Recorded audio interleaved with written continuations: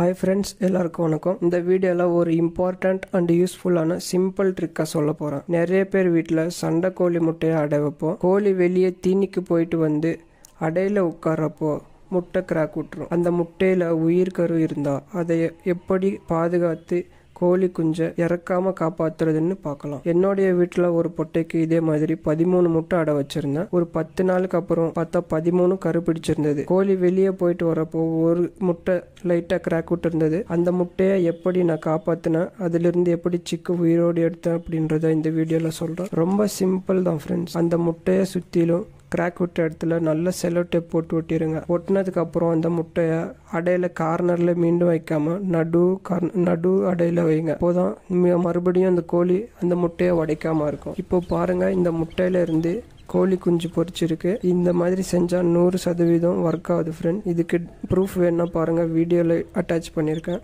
Thank you friends.